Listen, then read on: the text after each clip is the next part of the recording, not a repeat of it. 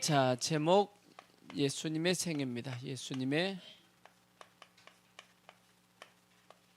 생애 오늘 7번째. 베드로, 그 다음에 야고보, 그 다음에 요한의 부르심입니다.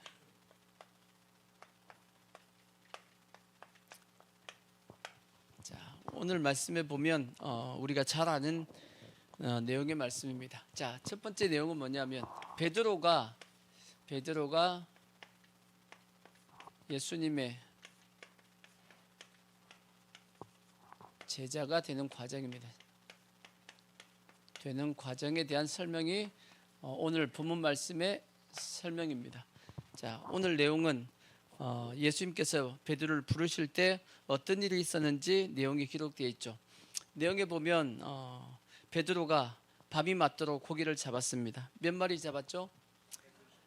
한 마리도 못 잡았다 그랬어요. 밤새 고기를 잡았는데 한 마리도 못 잡았습니다. 그래서 이제 아침이 되어가지고 오전이 이제 되어서 밤새 못 잡았으니까 이제 그래도 그물을 던졌으니 뭐 해야 되죠? 이제 그물 정리해야 돼요, 안 해야 돼요? 그물 다 정리하고 이제 씻고 이제 다 정리하고 있는 그 와중에 예수님께서 게네사렛 이제 호수에 찾아오셔가지고 사람들이 이제 몰려들다 보니까 이제 예수님께서 배에 올랐습니다. 올라가지고 약간 이제 육지하고 뛰어서 예수님께서 말씀을 전했습니다. 말씀을 이제 사람들에게 이제 전하고 난 다음에 베드로에게 얘기합니다. 깊은 데로 가서 그물을 한번 던져봐라 하고 이제 던졌단 말이에요. 던졌더니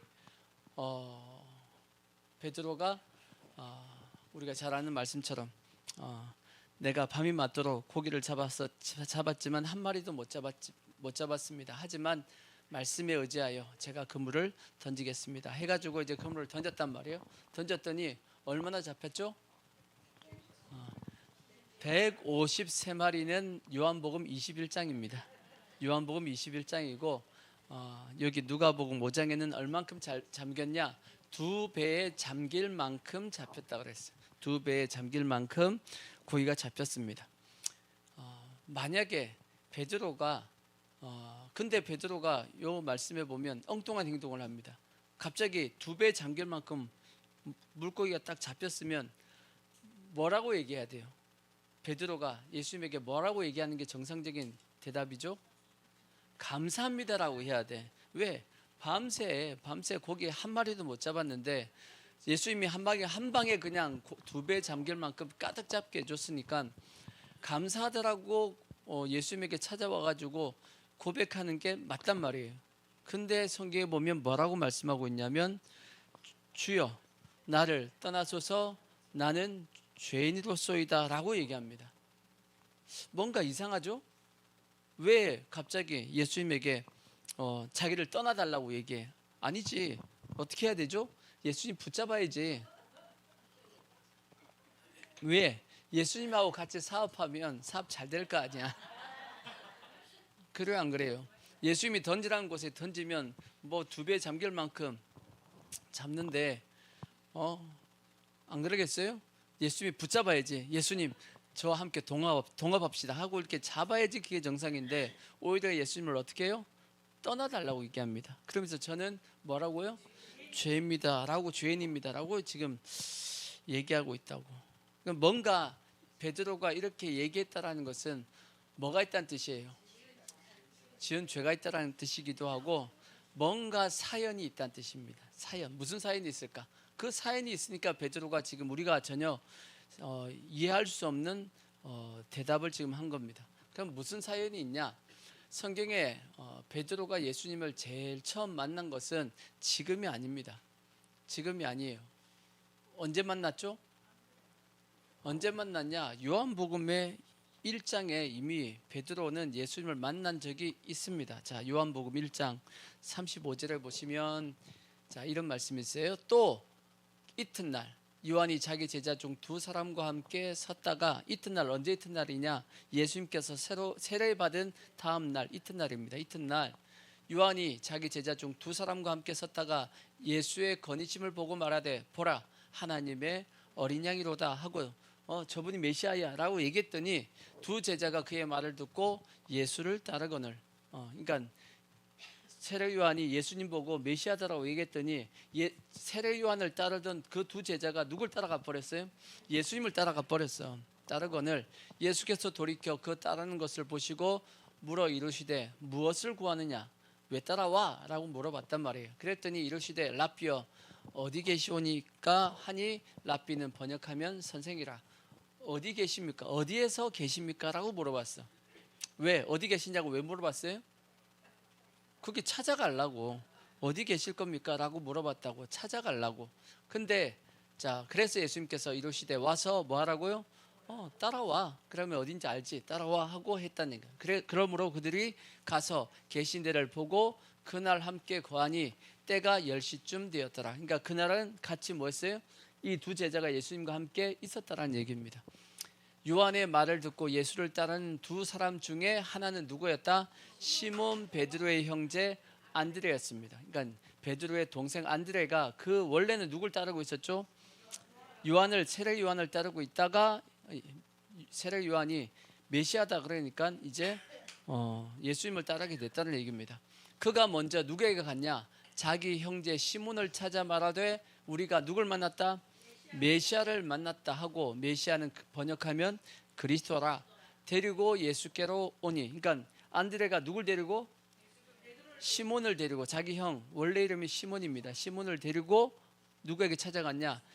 예수님께로 데리고 갔단 말이에요. 왜? 어떻게 들어갈 수 있었냐? 어디 계신지 알잖아 이제. 그러니까 데리고 갔단 말이에요.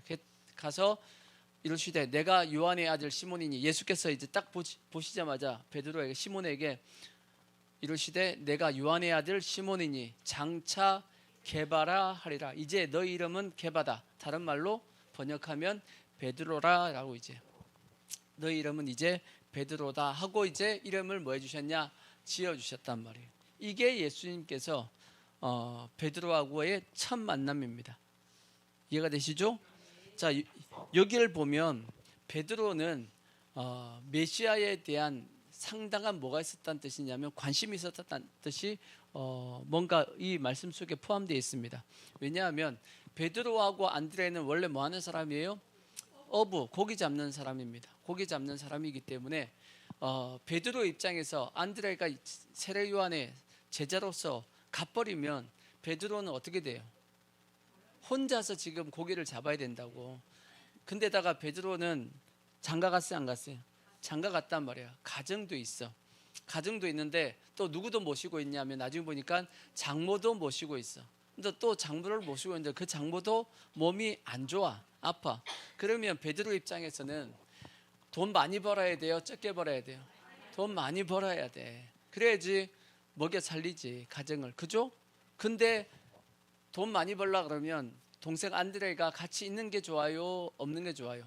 있어가지고 일손을 도와서 고기 더 많이 잡게 해야지만 충분히 더 유익한데, 베드로가 안드레가 뭐 할 수 있게끔, 세례 요한을 따라갈 수 있게끔 지원해 준 겁니다. 인정해주고 지원해 줬다는 얘기지. 그렇다라는 걸 보면 베드로의 마음속에도 뭐가 있었다는 뜻이에요? 메시아에 대한 기다림이 있었다는 뜻입니다. 그걸 누가 알고 있었냐? 안드레도 알고 있었단 말이에요. 안드레도 알고 있으니까 메시아를 만나자마자 그 다음날 누굴 데리러 가요? 자기 형 베드로를 데리고 바로 예수님한테 찾아간 겁니다. 이해가 되시죠? 그래서 베드로가 이제 예수님을 만나게 되었고, 이름도 이제 시몬에서 베드로라는 이름도 이제 받게 됐단 말이에요.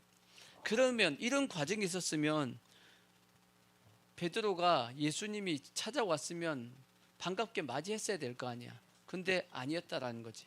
그러니까 왜 이런 상황이 생겼냐 그러면 베드로가 예수님을 만나고 나서 그 다음 사건이 무슨 사건이 생기죠? 요 다음 사건이 뭐죠? 요 다음 사건은 가나의 혼인잔치가 중간에 있고, 그 다음에 가나 혼인잔치 그 다음 사건이 뭐죠? 예수님께서 40일 동안 금식하라고 광야로 가신단 말이에요. 이해가 되시죠? 그러니까 베드로가 이제 예수님의 이제 따라가겠다라고 생각했는데 갑자기 예수님이 뭐 하셨냐면 사라져 버렸어요. 사라져 버렸어. 며칠 동안? 40일 동안 사라져 있었을까요? 40일 금식하면 또 며칠은 또 뭐 해야 되죠? 또 몸도 회복하기 위해서 또 시간도 걸렸겠지. 최소 50일 이상은 예수님께서 사라져 버린 겁니다. 분명히 베드로 입장에서는 누굴 만났다고? 메시아를 만났다라고 잔뜩 기대를 했겠지. 기대를 했는데, 그리고 이제 예수님을 따라가려고 했는데 갑자기 예수님이 사라져 버린 거예요. 한 2달 가까이 사라져 버린 거예요.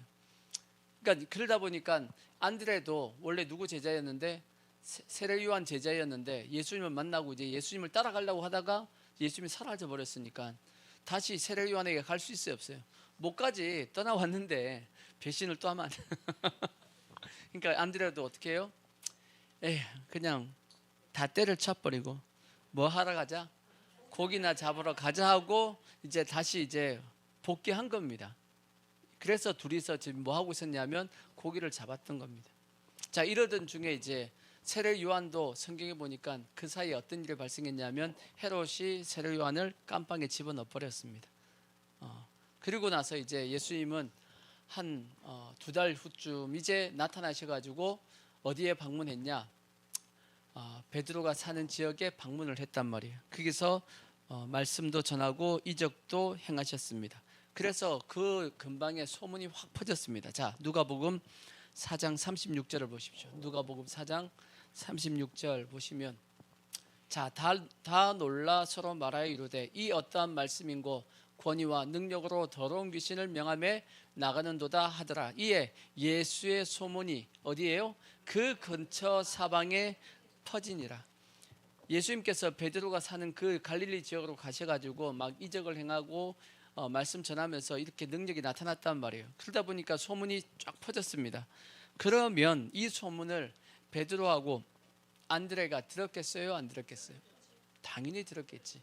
그러니까 들었으면 빨리 뭐 해야 돼요? 예수님 찾아가야 돼? 안 찾아가야 돼? 찾아가야 되는데 찾아가요? 안 찾아가요? 안 찾아가요. 왜 안 찾아가죠? 삐졌어. 물론 삐졌다기보다는 예수님을 못 믿겠다라고 생각하는 거지. 실망하고 낙심한 겁니다. 안 찾아갔습니다.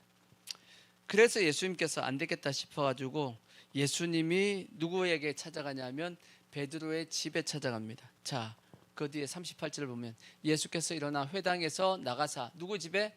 시몬의 집에 들어가시니 시몬의 장모가 중한 열병을 앓고 있는지라 사람들이 그를 위하여 예수께 구하니 예수께서 가까이 서서 열병을 꾸짖으신데 병이 떠나고 여자가 곧 일어나 그들에게 수종되니라. 한번 생각해 봐요. 예수님께서 어떻게 보면 예수님께서 그 지역에 이제 베드로가 사는 동네 가가지고 이적을 행하고 하니까 예수님은 뭘 기대했겠어요? 빨리 베드로 와, 빨리 베드로 와 이렇게 기대를 했는데 베드로가 와요, 안 와요? 안 온단 말이에요. 안 오니까 예수님께서 안 되겠다. 누구 집에 가자? 베드로 집에 가야겠다 하고 베드로 집에 찾아간 겁니다. 누구 만나려고? 베드로 만나려고. 근데 가보니까 누가 있었죠? 그 장모가 열병을 앓고 있으니까 열병을 이제 고쳐줬단 말이에요. 그리고 베드로 집에서 사람들 많이 고쳤습니다. 해질 무렵에 사람들이 온갖 병자들을 데리고 나오매 예수께서 일일이 그 위에 손을 얹고 고쳤다라고 되어 있고, 여러 사람에게서 귀신이 나가면 소리 질러 이르되 당신은 하나님의 아들이니다 하고 쭉 이렇게 베드로 집에서 이런 일들이 있었다고. 베드로가 찾아와야 돼, 안 와야 돼? 자기 집에서 이런 일이 벌어지는데 와야 돼, 안 와야 돼? 아니 최소한 자기 장모가 고침받았잖아. 최소한 뭐 하러 와야 되죠? 감사하다고 인사하러 와야 될 거 아니야. 근데 와요, 안 와요? 안 와. 시험이 잔뜩 들었어. 베드로가 시험이 잔뜩 들어가지고 안 와. 그래서 최종 예수님께서 안 되겠다 싶어가지고 예수님께서 어딜 찾아가셨냐? 베드로의 직장을 찾아가셔서 그 직장이 어디죠? 거기가 이제 게네사렛 호수가에 예수님께서 찾아갔습니다. 그러니까 더 이상 베드로가 뭐 할 수 없죠? 숨을 수가 없어. 도망갈 수 없는 위치까지 이제 가서 이제는 베드로의 배 위에까지 올라가 버렸습니다. 이제 같이 마주 대할 수밖에 없는 상황이 돼 버렸어. 그리고 이제 베드로에게 깊은 데로 가서 그물을 던져라 하고 해서 베드로가 근데 그때까지 베드로가 예수님을 뭐라고 부르냐면 성경에 보면 선생님 이렇게 돼 있어. 선생님 그렇게 얘기합니다. 뭔 뜻이에요? 메시아로 인정 안 하겠다는 뜻입니다. 성경에 그렇게 돼 있어요. 보십시오. 저 뒤에 5장에 보십시오. 5장에 쭉 내려가 보시면 5장 저 5장 쭉 내려가 보시면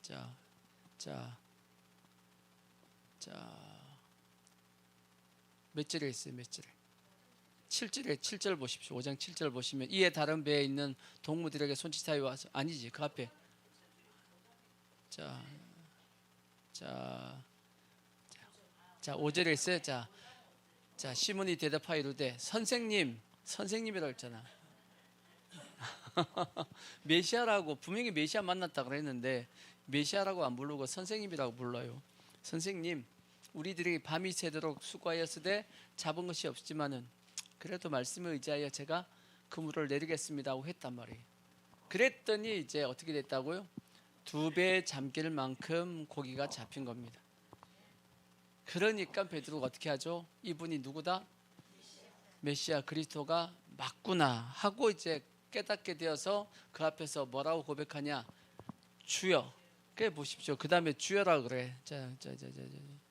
자 8절 시몬 베드로가 이를 보고 예수의 무릎 아래에 엎드려 이르되 주여 하고 바뀌면 진짜 이제 주님 나를 떠나소서 나는 죄인이로소이다. 왜 떠나달라 그래요? 주님을 볼 면목이 없다라고. 제가 어떻게 예수님의 제자가 될 수 있습니까? 왜? 예수님을 의심하고 낙심하고 예수님이 찾아오고 했는데도 불구하고 모른 채하고 계속 피해 다녔는데 어떻게 제가 주님을 제가 따라갈 수 있겠습니까? 주님 떠나소서 하고 저는 죄인입니다 라고 고백을 한 겁니다. 그러니까 이해가 되죠? 왜 저런 얘기를 베드로가 원래 감사하다고 얘기해야 되는데 왜 갑자기 죄송하다고 얘기하고 나를 떠나게 해달라고 떠나달라고 얘기하는지 이해가 되죠? 이런 걸 보면 우리가 뭘 느끼냐면 베드로가 예수님의 제자가 된 것은 베드로가 뭐 실력이 있고 뭐 인격이 되고 뭔가 자격이 돼가지고 예수님의 제자가 된 게 아닙니다. 전적인 뭐죠? 전적인 하나님의 은혜요. 누구의 열심이냐? 하나님의 열심이고 예수님의 열심이에요. 예수님이 베드로를 자기 제자 삼으려고 참 열심히 뛰어다녔단 말이야. 그래요, 안 그래요? 이런 걸 보면 그럼 베드로만 예수님께서 쓰시기 위해서 저렇게 열심히 예수님께서 열심을 내시니까 그러면 우리도 똑같습니다. 우리도 똑같아. 우리가 구원받은 것 우리가 똑똑하고 잘나고 열심히 신앙생활 잘해가지고 구원받는 것 아니고 누가 열심히 해주셨냐? 예수님께서 우리를 구원하려고 열심을 내주셨기 때문에 우리가 구원받는 겁니다. 그 예수님의 열심이 뭐예요? 이 땅에 하늘 보좌를 버리고 이 땅에 내려와 주신 거예요. 천국에 입신하신 분들의 공통점이 뭐래요? 입신하고 올라가면 안 내려오겠다 그러잖아. 왜? 그 좋은 곳에 왔는데 또다시 왜 지구에 내려가냐고. 안 가고 싶다고 안 내려가고 싶다고 한대잖아. 그만큼 좋은 곳이 저 천국인데 예수님은 그 하늘 보좌를 놔두시고 이 땅에 뭐 하려고? 우리 구원하려고 여인의 뱃속으로 오셨고 그리고 여인의 뱃속에서 10달 동안 계시다가 이제 태어나셔가지고 그 마구간에 지저분한 데서 태어나셔가지고 또 자라는 과정도 편한 것도 아니고 소년 가장으로서 힘들게 사셨고 그리고 공생의 3년 동안 편하게 사역하신 것도 아니죠. 어디 머리 둘 곳도 없을 정도로 다니시면서 사역하셨고 마지막에는 십자가에 돌아가실 때는 그 고난과 십자가의 그 고통을 다 당하시고 우리를 뭐 하기 위해서 구원하시기 위해서 그렇게 하신 겁니다. 아멘. 이 모든 것 다 우리 구원하기 위해서 예수님께서 행하신 모습입니다. 그래서 우리가 구원받은 거잖아. 그러니까 우리가 구원받은 건 내가 잘나서 그런 것이 아닙니다. 전적인 뭐냐? 하나님의 은혜입니다. 전적인 하나님의 열심이 우리를 구원한 거지. 우리가 열심히 신앙생활을 해가지고 예수 잘 믿는다고 착각하시면 절대 안 됩니다. 아시겠죠? 마치 자식이 나 혼자 컸지 뭐 엄마 아빠가 해준 게 있냐고. 맞아요? 너 엄마 아빠 없었으면 죽었어 이미. 인간이 태어나서 보살핌 없이 살 수 있나요? 100% 죽습니다. 살 가망성 자체가 없습니다. 부모가 무조건 뭐 해야 되냐? 먹이고 입히고 다 했기 때문에 살 수 있는 겁니다. 그렇죠? 스스로 살 수 있는 능력이 있어요? 없어요?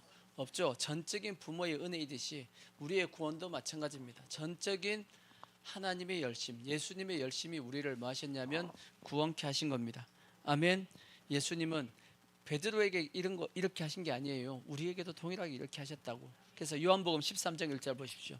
요한복음 13장 1절에 보시면, 자, 유월절 전에 예수께서 자기가 세상을 떠나 아버지께로 돌아가실 때가 이른 줄 아시고 세상에 있는 자기 사람들을 뭐 하시되 사랑하시되 언제까지요? 끝까지 사랑해 주십니다. 아멘. 끝까지 뭐 하시냐면 우리를 사랑해 주셨기 때문에 우리가 뭐 받은 거냐? 구원받은 것이고, 우리가 쓰임 받는 것도 끝까지 주님께서 뭐 해주셔서 사랑해 주시고 주님이 열심을 내 주셔가지고 우리가 그나마 뭐라도 할 수 있는 존재가 되어진 겁니다. 아멘. 그래서 절대 이 은혜를 뭐 하시면 안 되냐? 잊어버리면 안 됩니다. 아멘. 늘 감사하는 마음을 가지고 또 더 나아가서는 이 받은 은혜 어떻게든지 뭐 해보려고? 갚아보려고 애쓰다가 주님 앞에 가는 겁니다. 아멘. 그것이 우리의 삶이 되어야 될 것이고, 그것이 하나님께서 우리에게 원하시는 모습이다 하는 것을 꼭 기억할 수 있기를 부탁의 말씀을 드리겠습니다. 아멘. 자, 이제 두 번째 우리가 또 볼 것은 뭐냐? 자, 실패는 믿음의 과정이다. 자, 실패는 뭐다? 믿음의 과정이다. 자, 이런 말씀을 또 드리고 싶어요. 자, 베드로가 밤이 새도록 뭐 했죠? 고기를 잡았습니다. 몇 마리 잡았다고요? 한 마리도 못 잡았습니다. 못 잡고 이제 아침이 돼가지고 뭐 했냐? 그물을 씻고 있었습니다. 에이, 어제 못 잡았으니까, 밤새 못 잡았으니까 내일이라도 잘 잡아야지 하고 이렇게 이제 그물을 씻고 있었단 말이에요. 근데 예수님께서 나타나셨습니다. 나타났더니 베드로가 이제 예수님의 말씀에 의지해서 그물을 던졌습니다. 던지고 고기를 이제 2배 잠길 만큼 잡았습니다. 그러고 나서 이제 베드로가 예수님을 이제 따르게 되는 이 과정이 있는데, 어떻게 보면 이 모습이 나중에도 비슷한 모습이 하나가 더 있죠. 우리가 알고 있는 요한복음 21장에 보면 베드로가 예수님을 3번 부인하죠. 그리고 나서 이제 예수님 부활한데도 불구하고 베드로가 또 어떻게 하죠? 그때도 예수님을 계속 피해 다니잖아. 그죠? 예수님께서 부활하셔가지고 딱 나타난데도 불구하고 다른 제자들은 예수님 하고 이제 달라붙는데 베드로는 어떻게 하냐면 한쪽 구석에서 처박혀가지고 예수님에게 나서지를 못합니다. 그러다가 성경에 보니까 베드로가 에이, 나는 뭐하러 가겠다? 고기 잡으러 가야겠다 하고 가버립니다. 그랬더니 다른 제자들도 나도 갈게 해가지고 따라갔단 말이에요. 그리고 나서 이제 또 밤새 고기를 잡았는데 잡아요, 못 잡아요? 고기 또 못 잡았습니다. 근데 그 뭇에서 한 사람이 소리를 칩니다. 뭐라고 소리쳤죠? 깊은 데가 아니고 오른쪽에 그물을 오른쪽에 던져보라고 얘기합니다. 그랬더니 오른쪽에 그물을 탁 던져봤더니 몇 마리가 잡혔다고요? 그때 이제 153마리가 잡힌 겁니다. 잡혀가지고 요한이 소리를 칩니다. 예수님이다 하고 소리를 쳤더니 베드로가 이제 겉옷을 입고 무추로 수영해서 이제 나오는 장면이, 그래서 예수님께서 베드로를 다시금 회복시켜주는 말씀이 요한복음 21장에 또 기록이 되어 있습니다. 비슷한 이 내용이 이제 2번 이제 그런 사건이 있었는데, 어떻게 보면 이런 걸 보면 다 마치 예수님께서 뭐 하신 것처럼 느껴지냐면 연출하신 것 같아. 뭔가 예수님이 이런 상황극을 만드셔가지고 뭐 하려고 베드로를 회복시키려고 하시는 그런 모습이지 않았을까라고 생각이 듭니다. 그죠? 실망하고 낙심한 그 베드로의 마음을 뭐 해주려고? 회복시켜 주려고. 그래서 다시금 뭐 하게끔 만들려고 열심을 가지고 주님을 따르게끔 하시기 위해서 이렇게 연출하신 것이 아닌가라고 이렇게 생각이 되어진단 말이에요. 그죠? 근데 그 베드로를 회복시켜 주는 그 과정 속에 꼭 등장하는 그 내용이 뭐냐면 실패입니다. 실패. 실패. 어떤 실패죠? 베드로는 밤이 맞도록 뭐 했어요? 고기 잡았지만 한 마리도 잡지 못하는 그 실패를 하게 되고, 또 요한복음 21장에서도 동일하게 고기 한 마리도 못 잡습니다.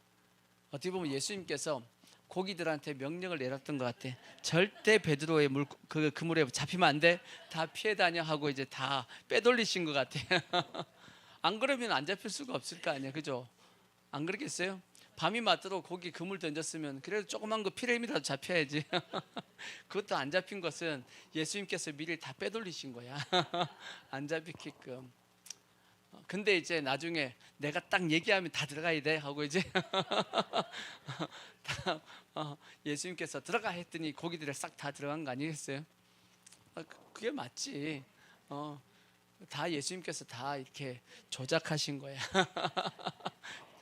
예수님께서 하셨는데, 그러니까 예수님께서 베드로의 뭘 경험케 만드셨냐면 실패를 경험케 만드셨고, 그 실패를 통해서 뭘 얻게끔 만드셨냐면 예수님에 대한 믿음을 가지게끔 만드신 겁니다. 아멘. 이건 오늘날 우리도 마찬가지입니다. 우리 인생 가운데 실패가 없을 수는 없습니다. 실패합니다. 세상 속담에도 실패는 뭐예요? 성공의 어머니라고 얘기하잖아. 성공이 있기 위해서는 반드시 앞에 뭐가 있었다? 실패가 있었다라는 겁니다. 한번 생각해 봐요. 엄마 없는 자식이 있을 수 있어요? 없어. 아빠 없는 자식은 가끔씩 있는데 엄마는 어떻게 할 수가 없어. 왜? 엄마가 낳아야 되니까. 그죠? 그러듯이 실패는 성공의 어머니라고 한 걸 보면 성공하기 위해서는 반드시 뭐가 필요하냐? 실패의 과정이 있었다라는 뜻입니다. 그러니까 세상의 모든 어떤 원리도 그렇거늘 신앙도 마찬가지입니다. 우리가 어떤 믿음의 사람이 되기까지는 반드시 그 앞에 뭐가 있었다? 실패의 과정이 있었다는 뜻입니다. 이 실패의 과정이 우리에게 뭘 갖게끔 만드냐? 믿음을 가지게끔 했다는 뜻입니다. 아멘. 그래서 성경에도 다 그렇게 돼 있어요. 믿음의 조상이었던 아브라함도 실패 안 해요? 끊임없이 실패합니다. 넘어집니다. 그럼에도 불구하고 그 넘어짐이 나중에 뭐가 되냐? 그의 믿음으로 변화되어집니다. 아브라함은 자식이 없는 삶 가운데 자식이 없었죠. 자기 부인 사라를 통한 자식을 낳지 못해가지고 끊임없이 실패의 삶을 살다가 나중에 이제 이삭을 낳게끔 하는 하나님의 약속이 이루어지는 일들이 있었고, 야곱 같은 경우는 자기 삼촌 라반에게 엄청난 고통을 당하죠. 실패의 삶을 살지만 다시금 회복해 줬고, 또 에서를 만나는 과정 속에서도 하나님 앞에 환도뼈 맞고 하는 그런 과정 속에서 하나님을 만나게 됩니다. 실패의 경험 속에서 믿음을 가지게 됩니다. 요셉도 마찬가지죠. 노예와 또 감방에서 감옥에서 살면서 나중에 이제 총리로서 회복되어집니다. 다 무슨 경험을 가지냐? 실패의 경험입니다. 모세가 40세 때 이스라엘 백성 구원해 보려고 했어요, 안 했어요? 했죠. 실패에 성공해요? 실패했습니다. 실패해서 그는 광야로 이제 도망갑니다. 광야에서 40년 동안 실패의 삶을 살다가 누굴 만나냐? 하나님을 만나게 되고 쓰임받는 사람으로서 변화되어집니다. 실패가 믿음을 가지기는 과정이라는 거죠. 욥도 마찬가지죠. 인생에 완전히 그냥 실패하고 나서 나중에 그가 고백하길 내가 하나님에 대해서 귀로만 듣다가 이제 눈으로 보게 되었다라고 고백을 합니다. 그러니까 실패의 경험이 결국은 나중에 뭘로 만들었냐? 믿음이 되었다라는 겁니다. 그래서 우리의 인생도 마찬가지예요. 우리가 실패의 경험이 없냐? 실패의 경험합니다. 하지만 그 실패가 뭘로 바뀐다? 믿음으로 바뀐다라는 걸 우리는 뭐 하셔야 되냐면 믿으셔야 됩니다. 그리고 우리가 그렇게 또 뭐 하셔야 되냐면 그렇게 만드셔야 됩니다. 왜 그러면 우리가 이 실패가 믿음에 대한 계기가 되냐면 크게는 두 가지입니다. 실패를 통해서 뭘 깨닫게 되냐면 나 자신이 얼마나 연약한지를 깨닫게 됩니다. 내가 연약하구나. 내가 이렇게 다 치밀하게 계획하고 했어도 돼? 안 돼요? 안 되는구나. 나 자신이 뭐하구나? 연약한 존재구나 하고 깨닫게 되는 겁니다. 그러니까 하나님 앞에서 우리의 마음이 어떻게 되어지냐? 낮아집니다. 가난해진다고. 그것이 우리가 주님을 만날 수 있는 계기가 되는 것이고, 또 실패를 통해서 우리가 뭘 경험하게 되냐면 하나님의 은혜와 능력을 또 경험하게 됩니다. 마치 베드로가 실패 이후에 하나님 이게 고기를 잡는 그 경험을 하다 보니까 하나님의 능력을 체험하게 되었죠. 그러다 보니까 믿음을 가지게 되었듯이 우리도 동일한 겁니다. 그러니까 실패가 믿음을 가지는 계기가 된다라는 겁니다. 그래서 우리가 실패한다 할지라도 절대 뭐 하면 안 되냐면 이게 끝이다 하고 낙심하지 마시고 어차피 우리는 이 실패가 예수님을 만날 수 있는 기회다라는 것을 우리가 깨달아야 됩니다. 희한하게도 예수님은 성공한 사람에겐 잘 안 나타나셔. 누구에게 나타나냐? 실패한 자를 나타납니다. 마치 로마서 5장에 보면 예수님께서 우리가 뭐 할 때, 연약할 때, 또 우리가 뭐 되었을 때, 죄인 되었을 때, 또 뭐 되었을 때, 원수 되었을 때 우리를 위해서 뭐 하셨다? 십자가에서 죽으심을 통해서 우리를 향한 그 예수님의 사랑, 하나님의 사랑을 확증하셨다라고 되어 있어요. 그렇죠? 그러니까 우리가 연약하고 부족하다고 해서 굳이 우리가 끝났다라고 생각할 필요가 없습니다. 오히려 이 연약함이 누구를 만나는, 예수님을 만나는 계기가 될 수 있다는 것을 우리가 꼭 기억해야 될 것이고, 그래서 회개가 그런 거예요. 회개. 우리가 회개에 대해서 착각하고 있는 것이 뭐냐? 성도들이 회개는 완전히 이렇게 내 삶이 바뀌는 것, 그것을 회개라고 생각하는데 아닙니다. 솔직히 얘기하면 우리는 완전히 변화될 수는 없습니다. 완전히 변화되고 주님을 내가 만나겠다? 안 됩니다. 우리는 단지 뭐만 하면 주님을 만나냐면 돌이키면 만납니다. 내가 가는 방향을 돌이키면 뭐 하게 되냐면 주님을 만납니다. 완벽하게 내가 깨끗하면 주님을 만날 거다, 그러지 않습니다. 그래서 하나님은 우리에게 뭘 원하시냐면 너의 그 있는 모습 그대로, 연약한 모습 그대로 뭐 하기를 원하시냐면 하나님 앞에 나아오기를 원하시는 겁니다.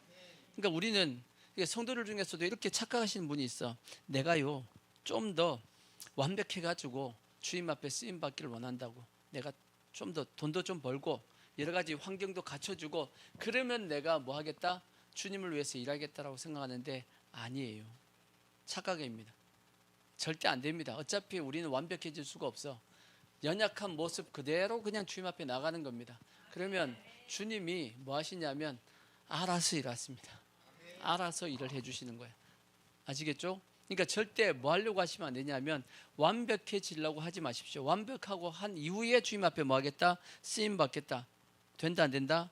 안 됩니다. 주님은 그걸 원하지 않습니다. 단지 우리가 뭐 하기 원하냐? 주님 앞에 방향을 주님 향하기를 원하시는 겁니다. 예를 하나 들어보면 탕자 보십시오. 탕자가 성공해서 아빠한테 와서 아빠가 기뻐했어요? 아니에요. 탕자가 돌아왔을 때 어떤 모습이었어요? 거지꼴이었습니다. 거지꼴이었지만 탕자의 아버지는 어떻게 맞이하죠? 기쁘게 맞이하고 그의 아버지가 그에게 이제 옷을 입혀줍니다. 신발도 시켜주고 가락지도 끼워주고 목욕도 시켜주고 다 아버지에게 왔더니 아버지가 해주시는 겁니다. 탕자가 생각하길 내가 이 거지꼴로 아버지한테 갈 수가 없지, 내가 뭐 해가지고 다 회복한 다음에 아버지한테 가야지라고 했으면 탕자 아버지한테 갔을까 못 갔을까? 못 갑니다. 결국은 탕자는 거지로 살다가 죽었을 겁니다. 근데 탕자가 그나마 잘한 것은 거지꼴이라 할지라도 뭐 하겠다? 이 모습 그대로 그냥 아버지한테 가야겠다라고 아버지한테 왔기 때문에 그가 살 수 있었던 겁니다. 그러니까 우리도 마찬가지야. 절대 여러분 하나님 앞에 완벽하게 갖추어서 쓰임 받는다라고 착각하시면 안 돼요. 실패해도 괜찮습니다. 여러분이 어떤 상황이든지 상관이 없어. 단지 우리가 뭐 하면 되냐? 하나님 앞에 나아오시면 됩니다. 죄가 있으면 죄 있는 모습 그대로 나오십시오. 그리고 고백하면 돼. 하나님, 제가 이런 죄를 범했습니다. 용서하여 주옵소서 하면 하나님이 알아서 우리의 죄도 씻어주시고 옷도 새롭게 입혀주시고 가락지도 끼워주시고 신발도 신겨주시고. 그건 누가 하는 거라고요? 그건 하나님이 하실 거야. 내가 할 거 아닙니다. 내가 할 게 아니라고. 그러니까 실패를 통해서 뭐 하셔야 되냐? 우리는 믿음을 가지듯이 실패의 모습 그대로 그냥 나오시면 됩니다. 아멘. 어떻게 보면 우리의 인생 가운데 주님이 실패를 많이 경험하기도 하실 겁니다. 왜? 이게 이제 연단의 과정이니까. 그걸 통해서 우리가 뭘 가지게 된다? 믿음을 가지기 때문입니다. 아멘. 자, 그 다음에 또 하나가 또 이제 그 다음 베드로의 말씀 속에 뭐가 있냐? 말씀에 의지하여라는 뜻이. 말씀에 뭐하여? 말씀에 의지하여. 그나마 베드로가 뭐 한 거냐? 잘한 겁니다. 잘한 것. 우리가 밤이 맞도록 고기를 잡았지만 한 마리도 못 잡았습니다. 하지만 무엇에 의지하여? 말씀에 의지하여 우리가 그물을 내리겠습니다 라고 그렇게 고백해서 뭐 했냐? 말씀에 의지해서 그물을 던졌단 말이에요. 뭐 하고 있었죠? 원래는 그물 씻고 있었잖아. 그물을 씻고 있었다고. 이제 씻고 있다는 뜻이 뭐예요? 이제 오늘 일 끝났다라고 생각하고 있는데 예수님께서 한번 던져봐라 하니까 귀찮지만 뭐 해보겠다? 말씀에 의지해서 던진 겁니다. 아멘. 그랬더니 어떤 일이 발생했냐? 2배 잠기도록 잡혔다라는 겁니다. 아멘. 그래서 우리도 마찬가지입니다. 우리도 내 생각 속에는, 내 환경 속에는 귀찮을 수 있고 하기 싫을 수 있지만 무엇에 의지하여? 말씀에 의지하여 우리가 순종할 수 있는 그러한 모습을 가지면 역사는 누가 해주신다? 하나님이 역사해 주시는 겁니다. 근데 한번 이렇게 생각해 볼 수 있죠. 말씀에 의지하여 던지려고 했더니 베드로 입장이 좀 귀찮기도 하죠. 그러니까 말씀에 의지하여 던지기 위해서는 베드로에게 뭐가 필요하냐? 뭐가 필요하죠? 수고가 필요합니다. 수고해야 될 거 아니야. 던졌는데 한 마리도 못 잡아서 그러면 그럼 다시 또 뭐 해야 되죠? 또 다시 그물 또 씻어내야 돼. 그러니까 귀찮아요, 안 귀찮아요? 귀찮어. 근데도 불구하고 뭐가 있으면, 말씀이 있으면 뭐 하자? 수고하자. 이게 뭐냐? 순종입니다. 이 순종에는 뭐가 따라온다? 수고가 필요합니다. 우리가 말씀에 순종하려고 그러면 뭐가 필요하냐면 수고가 필요합니다. 그러면 수고만 필요하냐? 아니에요. 때로는 순종하려고 그러면 뭐도 필요하냐면 희생도 필요합니다. 하나님의 말씀대로 하려고 하다 보니까 여러 가지 희생이 필요합니다. 그래서 히브리서 11장에 보면 많은 믿음의 사람들이 나옵니다. 믿음의 사람들 모습 보면 수고, 희생, 때로는 뭐도 필요하냐면 이게 위험도 있습니다. 위험도 있고 또 뭐도 있냐? 손해보는 것도 있어. 손해보는 것, 피해를 당하는 부분도 있습니다. 다 못하기 위해서 순종하려고 하다 보니까 이런 일들이 발생하더라는 거예요. 근데 이런 것들을 다 성경은 뭘로 보시냐면 믿음으로 보십니다. 하나님은 뭘로 보신다? 이 순종을 뭘로 보냐면 믿음을 보십니다. 그래서 우리가 수고하는 걸 주님은 뭘로 인정하냐면 믿음으로 인정해 주시고, 희생도 뭘로 인정해 주시고 믿음으로 인정해 주시고, 우리가 위험을 감수하는 것도 믿음으로 인정해 주시고, 손해보는 것도 뭘로 인정해 주시고 믿음으로 인정해 줍니다. 그게 히브리서 11장의 내용입니다. 히브리서 11장에 보면 노아 보십시오. 노아 뭐 했죠? 방주를 지었습니다. 몇 년 동안 지었죠? 120년 동안 방주를 지었습니다. 그걸 성경은 노아는 믿음으로 뭐 했다? 방주를 지었다고 되어 있거든. 그게 믿음이었단 말이에요. 근데 그 믿음에 보니까 노아가 얼마나 많은 수고했겠어. 산 위에다가 방주 지어봐요. 그것도 뭐 기계가 있는 것도 아니고 다 나무 도끼로 다 뭐 해가지고 다 패가지고 다 대피질하고 잘라가지고 다 이어붙이고 얼마나 많은 수고를 했겠어요. 근데 그 모든 수고를 하나님은 뭘로 보신다? 믿음으로 보셨다라는 거예요. 희생은 노아가 방주 지으려다 보니까 뭘 못하죠? 일을 못하잖아. 돈은 누가 벌어야 해? 부인이 벌었나 몰라. 하여튼 어떻게 먹고 살았는지 모르겠는데 이 와중에 또 자식도 셋 낳습니다. 셈과 함과 야벳도 노아의 방주를 짓는 그 기간 동안 낳습니다. 그 애들도 이제 좀 크다 보니까 같이 하자 해가지고 같이 지었습니다. 자, 희생, 위험, 위험은 그게 크게 없었죠. 근데 손해는 막심하죠.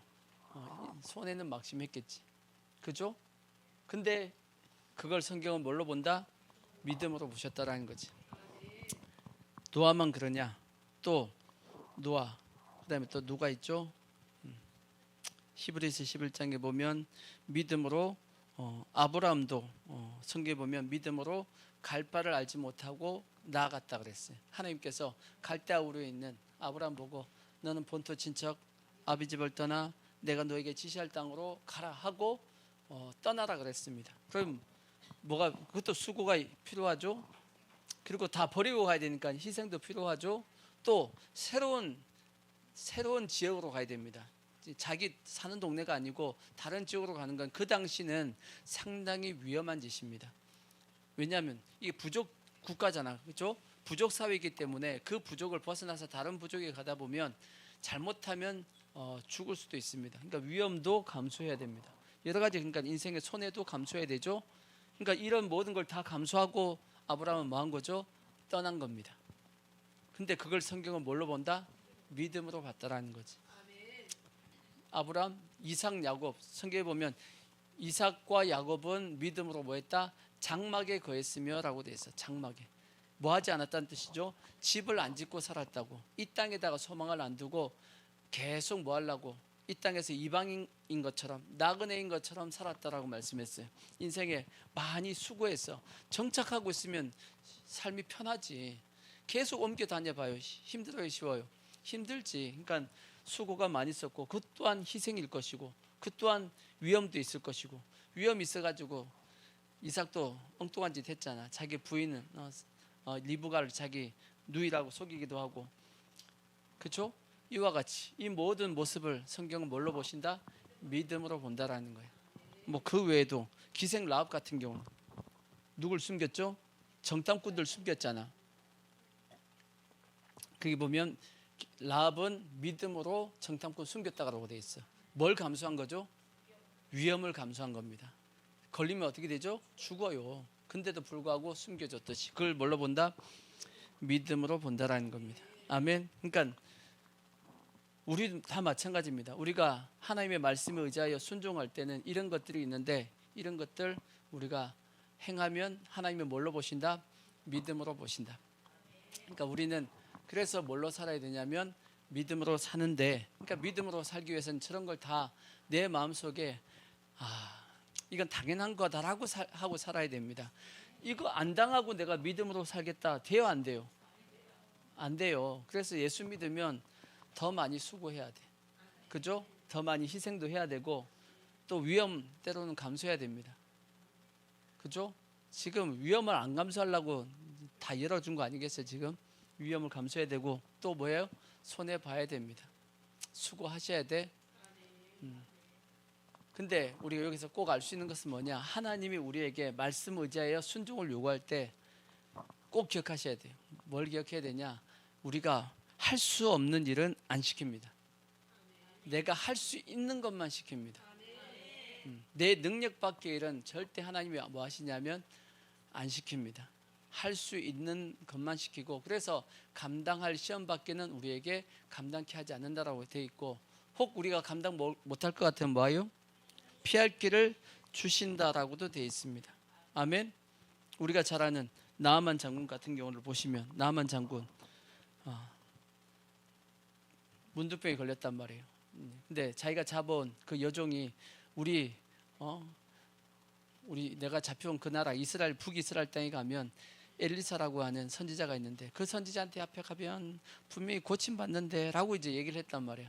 그러니까 병든 사람이니까 뭐도 잡고 싶죠. 지푸라기라도 잡으려고. 그러니까 그 꼬마아이가 얘기하는 걸 듣고 진짠가? 하고 이제 엘리사를 잔뜩 이제 예물을 가지고 찾아갔단 말이에요. 뭐 해보려고? 고침 받아보려고. 이 문둥병, 그 당시, 지금도 문둥병은 심각하지만 그 당시는 절대 고칠 수 없는 병입니다. 나만 장군이 엘리사를 찾아갔단 말이에요. 찾아갈 때 어떤 생각을 하고 갔어요? 내가 엘리사 앞에 가면 엘리사가 나와가지고 그래도 내가 이 이웃 나라의 강대국의 군대 장관인데 그래도 나와가지고 환부에 손을 얹고 한 손은 하늘을 향해서 이렇게 기도해 주겠지. 그러면 낫겠지. 이렇게 상상을 하고 갔단 말이야. 근데 딱 가서 이제 불렀더니 엘리사가 어떻게 해요? 나와보지도 않아. 나오지도 않고 몸종이 나와가지고 한마디 합니다. 저기 요단강 가서 7번 씻으랍니다. 화가 머리끝까지 나버렸어. 아니 그래도 내가 누군데? 그래도 내가 누군데? 하고 이제 화가 나가지고 에이 하고 자존심 상해가지고 가버렸단 말이에요. 가는데 그의 종 중에 한 명이 얘기합니다. 아니 어려운 거 시켰으면 안 했겠냐고. 아니 어려운 거 시켰으면 그래도 했을 거 아니겠습니까? 아니 요단강 가서 7번 씻으라는 게 뭐가 힘들다고 그렇게 화를 내십니까? 생각을 전환을 시켜줬어요. 이게 중요합니다. 생각의 전환이 이게 중요합니다. 전환을 딱 시켜줬더니 나만 장군이 생각해봤더니 맞아요 틀려요? 맞아 틀린 얘기 아니야. 요단강 가서 7번 씻 이거보다 더 힘든 거 시켰어도 안 할 거 아니거든. 분명히 했을 거거든. 너 재산의 절반을 가져와 그랬어도 했을 거 아니겠어요? 근데 요단강 가서 7번 씻으라는 게 뭐 힘들다고 생각해보니까 맞는 얘기야. 그래서 요단강 가서 7번 씻었더니 어떻게 해요? 깨끗하게 나음 받았는데 얼만큼 깨끗했냐면 그 장군이면 얼마나 구둥살이 있고 그거 안 그러겠어요? 싸우고 막 했었으면. 근데 어린아이의 살과 같이 깨끗하게 됐어. 어린아이 살이 얼마나 부드러워, 그죠? 그렇게 깨끗하게 나음 받았다라는 거지. 8번 씻었으면 아니지. 8번 씻으면 안 돼. 7번 씻어야 돼. 순종해야 돼. 과하게 하시면 안 돼. 자, 하여튼 뭔 말씀을 드리고 싶으냐면 이런 말씀입니다. 하나님은 반드시 뭐 하냐면 내가 할 수 있는 것만 시킵니다. 할 수 있는 것만 시키는데 그 할 수 있기 위해서는 반드시 뭐가 필요하냐면 내 생각을 내려놔야 돼. 내 생각, 내 계획 요거 내려놓으면 충분히 할 수 있는 일입니다. 근데 요거 안 내려놓으면 절대 못합니다. 그래서 믿음은 반드시 뭐가 필요하냐면 내 생각을 내려놓는 과정이 필요합니다. 그래서 내 생각 내려놓으면 뭐 할 수 있냐면 순종할 수 있고 그 순종을 통해서 수고와 희생과 위험과 손해를 감수하면 하나님이 뭐 하시냐? 역사하십니다. 그걸 뭘로 보시고? 믿음으로 보시고 성경은 믿음 가운데 역사한다라고 되어 있잖아. 아멘. 그러니까 오늘날 우리도 마찬가지입니다. 하나님이 왜 역사 안 하냐? 우리가 믿음의 이 모습이 없어. 믿음의 순종이 없어.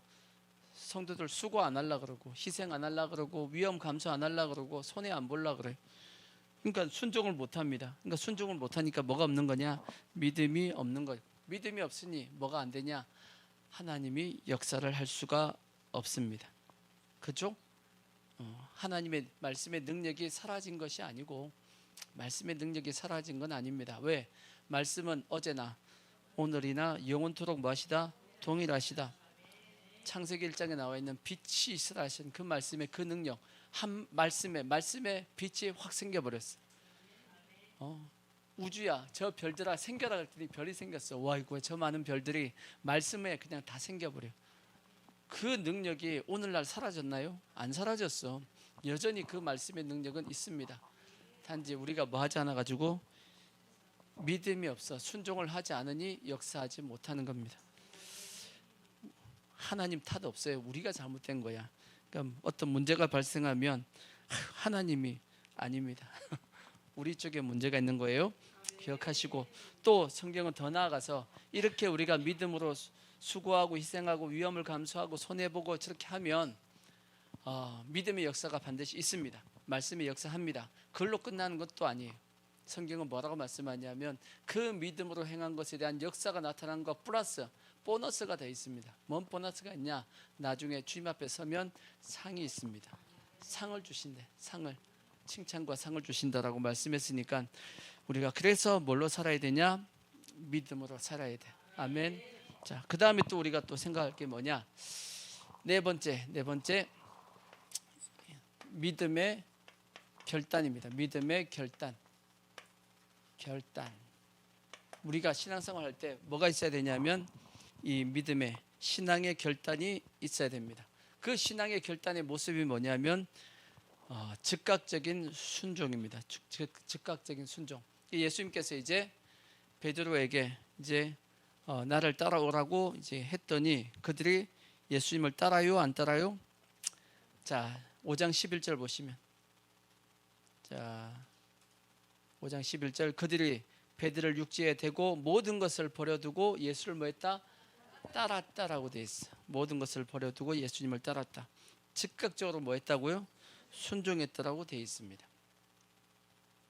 그러니까 우리가 신앙의 어떤 결단이 필요할 때는 뭐 하셔야 되냐면 즉각적으로 순종을 하셔야 됩니다. 왜냐하면 즉각적인 순종을 하지 않으면 반드시 중간에 뭐가 튼튼하냐면 마귀가 튼튼해가지고 그거 못하게 합니다. 우리가 하나님 앞에 이제 뭐 예배 중이든지 기도하는 중에 막 기도한 중에 하나님께서 나에게 감동을 줬단 말이에요. 내가 이렇게 해야지 라고 이제 감동이 됐단 말이에요. 근데 그 감동 오면 바로 즉각 순종을 하셔야 되는데 그 순종하지 않고 내가 이걸 내일이나 모레 좀 이따가 해야지 나중에 해야지 하면 반드시 누가 오냐면 마귀가 옵니다. 마귀가 와서 어떻게 하냐면 뭘로 오죠? 생각으로 옵니다. 생각으로 옵니다. 뭐라고 생각이 드냐? 꼭 그렇게 할 필요가 있냐? 이렇게 꼭 그렇게 할 필요가 있냐 하고 적당히 해 하고 이제 찾아옵니다. 그래 안 그래요? 다 경험 다 해봤잖아. 다 해봤다고. 그러니까 즉각적으로 순종하지 않으면 마귀가 반드시 찾아와서 뭘 빼앗아가냐면 성경은 말씀을 빼앗아간다라고 돼 있어. 그죠? 그게 씨 뿌리는 비유잖아. 씨 뿌리는 비유에 대해서 예수님께서 말씀하시면서 그 씨가 곧 뭐다? 하나님의 말씀이다. 마귀가 와서 뭐 뺏어간다? 그 말씀을 빼앗아간다. 그리고 말씀이 싹이 날라 그러면 여러 가지 환난과 고난을 통해서 죽여버리고 또 줄기가 자라라 그러면 세상 유혹과 미혹이 와가지고 또 죽여버린다라고 말씀했잖아. 그죠? 그러니까 우리가 뭐가 필요하냐? 즉각적으로 순종하셔야 하는 것이 그 역사가 나타나는 이유가 되어지는데, 그래서 성경에 이 즉각적인 순종을 하지 못해서 결국은 인생이 망한 사람이 있죠. 누구냐? 아나니아와 삽비라입니다. 아나니아와 삽비라가 어떻게 보면 그들에게도 감동이 있었다라고 봐야 됩니다. 왜?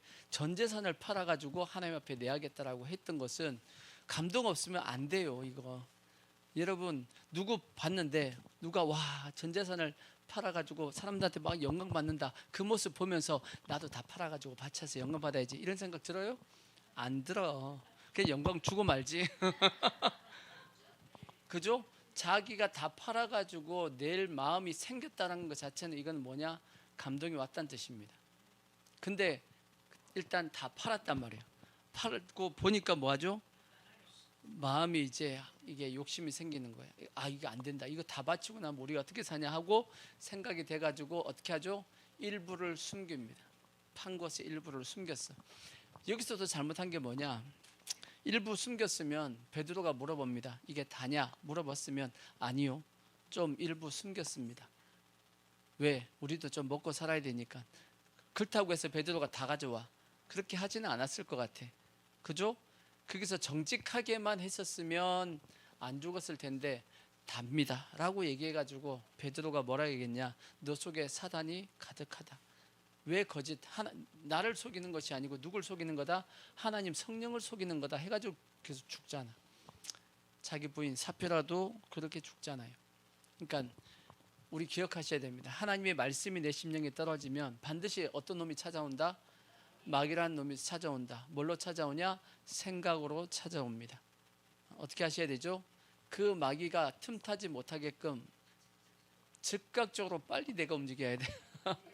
내가 자꾸 내 마음이 흔들리지 않게끔 빨리 움직이셔야 돼. 그게 필요하고 또 하나 더 필요한 것이 뭐냐? 모든 것을 어떻게 하고요?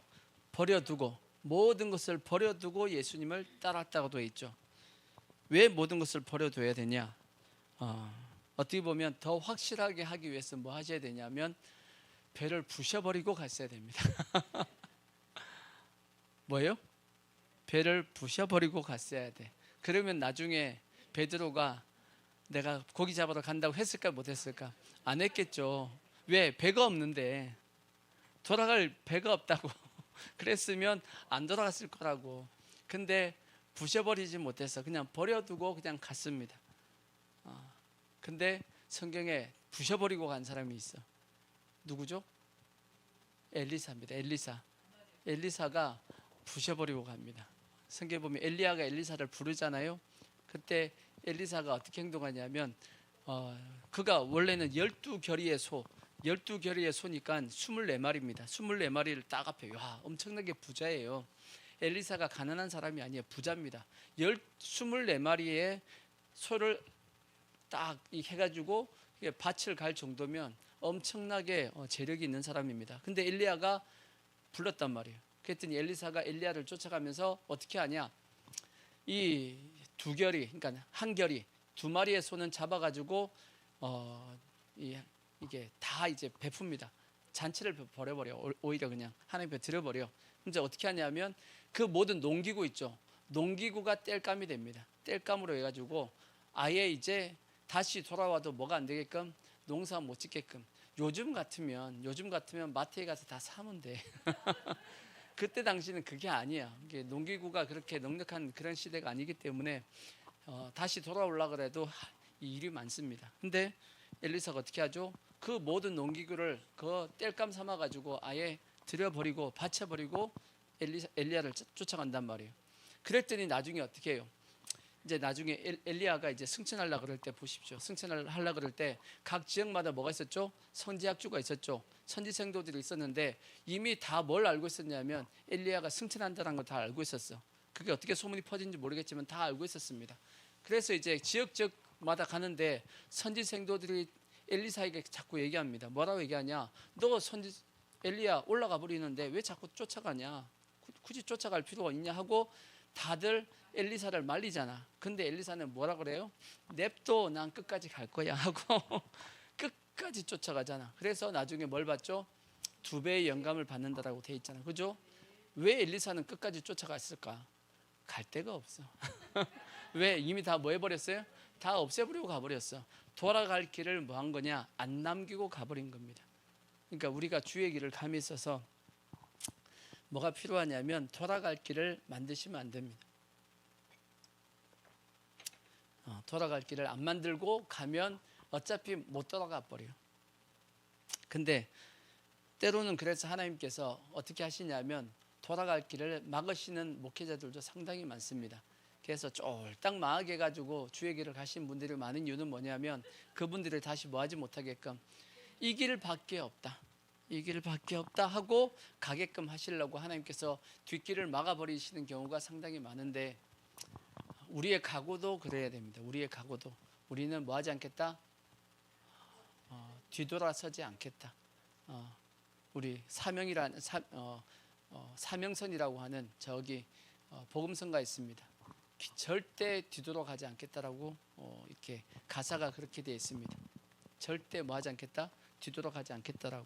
그러니까 우리도 그렇게 하기 위해서 뭐가 필요하냐? 모든 것을 뭐하고 버려두고 주님을 쫓을 수 있는, 아멘? 그런 모습이 돼야 될 것이고, 그러면 이렇게 하면 어떻게 되냐? 자, 성경에 이런 축복을 받는다라고 되어 있어요. 자, 마태복음 19장 27절에 보시면, 마태복음 19장 27절, 이에 베드로가 대답하이로되 보소서 우리가 모든 것을 뭐하고 버리고 주를 따랐사온데 그런즉 우리가 무엇을 얻으리까? 예수께서 이르시되 내가 진실로 너희에게 이르노니 세상이 새롭게 되어 인자가 자기 영광의 보좌에 앉을 때 나를 따르는 너희도 12보좌에 앉아 이스라엘 12지파를 심판하리라. 또 내 이름을 위하여 집이나 형제나 자매나 부모나 자식이나 전토를 벌인 자마다 여러 배를 받고 또 영생을 상속하리라. 그렇게 되어 있습니다. 하나님께서 뭐 해주시냐? 버린 것으로 끝나지 않고 하나님께서 다 나중에 다 계산하셔가지고 여러 배로 축복해 주시겠다라고 말씀했어. 그러니까 우리가 즉각적인 순종하시고 돌아가지 못하게끔 우리가 주님 앞에 이러한 결단할 수 있는, 믿음의 결단할 수 있는 그러한 모습이 되어지길 부탁의 말씀을 드리겠습니다. 자, 말씀 한 말씀 이제 마지막입니다. 마지막 5번째 유명한 말씀이 있습니다. 마태복음에는 이 내용이 이렇게 기록이 되어 있어요. 자, 마태복음 4장 18절 보시면, 자, 아까 누가 보면은 다르게 돼 있는데, 비슷하게 돼 있는데, 갈릴리 해변에 다니시다가 두 형제 곧 베드로라 하는 시몬과 그의 형제 안드레가 바다에 그물 던지는 것을 보시니 그들은 어부라. 말씀하시되 나를 따라오라. 내가 너희를 뭘 되게 한다? 사람을 낚는 어부. 자, 유명한 말씀입니다. 사람을 낚는 어부가 되게 해주겠다라고 말씀합니다. 또 이어서 그들이 곧 그물을 버려두고 예수를 따르니라. 거기서 더 가시다가 다른 두 형제 곧 세베대의 아들 야고보와 그의 형제 요한이 그의 아버지 세베대와 함께 배에서 그물 깁는 것을 보시고 부르시니 그들이 곧 어떻게 했냐? 배도 버리고 아버지도 버리고 예수를 따랐다라고 되어 있습니다. 이 어떻게 보면 이렇게 다 주님을 따르게 되었는데, 그들을 향해서 예수님께서 뭐라고 말씀했냐? 너희가 나중에 뭐가 될 것이다? 사람을 낚는 어부가 되게 될 것이다. 지금까지는 너희는 무엇을 낚았죠? 고기 낚았죠. 하지만 이제부터는 뭘 낚는다? 사람을 낚는 어부가 되게 하겠다라고 말씀했습니다. 그러면 베드로와 이 야고보, 요한만 이 사명을 주셨을까? 아니겠죠. 우리도 동일한 사명이 있습니다. 우리도 다 뭘 낚아야 되죠? 사람을 낚는 어부가 돼야 됩니다. 사람을 낚는 어부, 무한한 뜻이에요. 영혼 구원을 위해서 힘쓰라는 뜻입니다. 예수님께서 마태복음 28장 마지막에 뭐라고 말씀했냐? 하늘과 땅의 모든 권세를 내게 주셨으니 그러므로 너희들은 가서 모든 족속으로 제자를 삼아 아버지와 아들과 성령의 이름으로 세를 주고 내가 너에게 분부한 모든 것을 가르쳐 지키게 하라. 그렇게 말씀했죠. 복음에 대해서, 복음 전하는 것에 대한 사명을 제자들에게 주셨고, 또 오직 성령이 너에게 임하시면 너희가 권능을 받고 예루살렘과 온 유대와 사마리아와 땅끝까지 내 증인이 되라 하고 사명 줬어요, 안 줬어요? 사명 줬죠. 이거는 제자들에게만 주신 것이 아니고 누구에게도, 오늘날 우리에게도 주신 사명입니다. 이것이 나중에 우리에게 뭐가 되어지냐? 주님 앞에 갔을 때 상과 영광과 칭찬으로 이것이 다 바뀝니다. 자, 마지막 다니엘서 12장 3절 보시면, 다니엘서 12장 3절, 자, 12장 3절, 자, 지혜 있는 자는 궁창의 빛과 같이 빛날 것이요 많은 사람을 옳은 대로 돌아오게 한 자는 별과 같이 영원토록 만다 비친다, 빛나게 된다라고 말씀합니다. 가장 큰 상급이 뭐겠어요? 영혼을 구원하는 것이 가장 큰 상급입니다. 그래서 주님께서 우리에게 주신 이 명령에 따라서 열심히 우리가 영혼 구원을 위해서 힘써 주시고, 아멘. 절대 영혼 실족시키시면 안 돼. 아시겠죠? 지금 시대가 지금 이렇게 지금 악한데 위험합니다. 그래서 우리는 반드시 영혼 구원에 더욱더 힘쓸 수 있는 그러한 모습이 되어지길 부탁의 말씀을 드리겠습니다. 아멘. 자, 우리 찬양하겠습니다. 자, 전능하신 나의 주 하나님 찬양하겠습니다.